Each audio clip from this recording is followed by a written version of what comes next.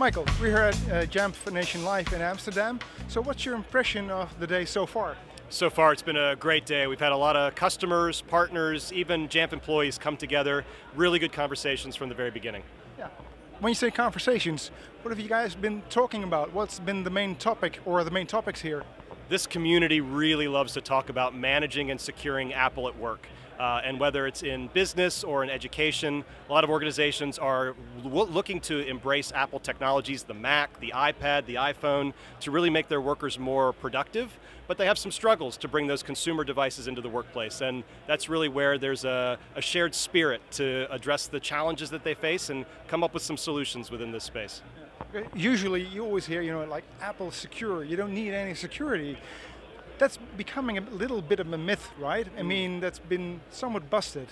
Yeah, Apple makes some great products, and Apple has been pretty resilient in fending off some of the attacks, the more classic attack vectors. But one of the things that we've seen is that no matter how good the device is or the operating system when it comes out of the box, there are some things that you find out about it over time.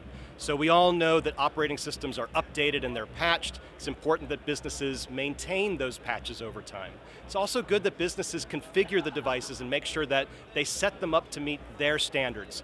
Having a device without a password, for example, is a problem that a lot of organizations, they need to solve that before they can put that device into action. And to be quite honest, the more we see these devices in use for work, the more they become a target. And so that's where we're starting to see a ramp up in the attackers being focused on this operating system. We didn't see as many attacks in the past because they didn't have critical mass in business. Now they absolutely do. And when you look at new approaches to beef up security, I mean, people talk about zero trust a lot these days. You're looking into that as well, right? What's your view on this? Sure. Zero trust is a desire that a lot of organizations have had to pursue for a long time. And it means a lot of different things to different organizations, but for us, we've come up with a term that we use at Jamf called trusted access.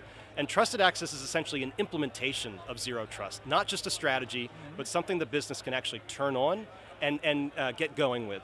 And what it means to us is only authorized users, so there's an identity component, on enrolled devices, that means devices we have established a trust relationship with, that are free of threat, that means we've assessed the risk and we've made sure that it's acceptable for the user to proceed.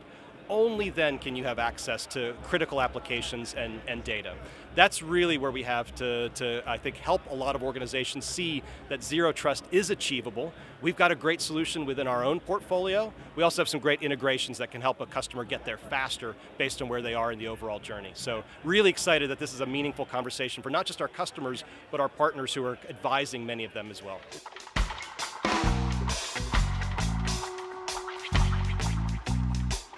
We were talking earlier about social engineering, about people being the weak link. I mean, more and more people start using Apple devices, which is a good thing.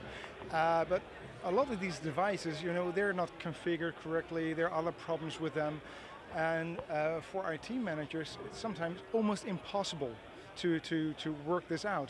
How can you help in this respect? I'm so glad that you asked this question, because when we talk about security for Apple devices, I think this is the often overlooked thing that every organization can get started with today. And what that means is that you need to figure out what a good configuration is, what a good baseline starting point is for the device from a configuration perspective, and you need to audit it over time. There are a number of standards out there that are useful starting points, CIS benchmarks, NIST, different regions and governments have even put suggestions out there. Translating that into a setting for the Mac or the mobile device is where a lot of organizations struggle, but it's also the place where they can harden those devices that are, as you said, quite resilient at the start, but you make them better and you help protect them from any kind of outside attack coming in.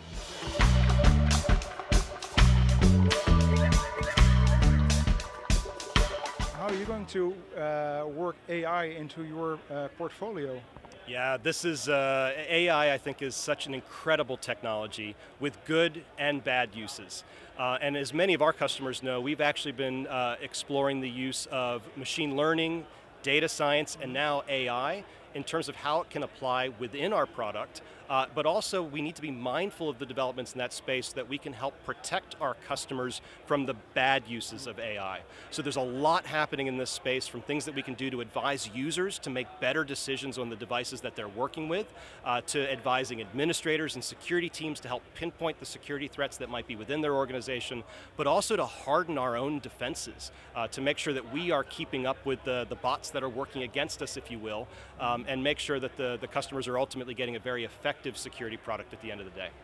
Michael, thank you very much. We had a great conversation. Now let's go get that ice cream.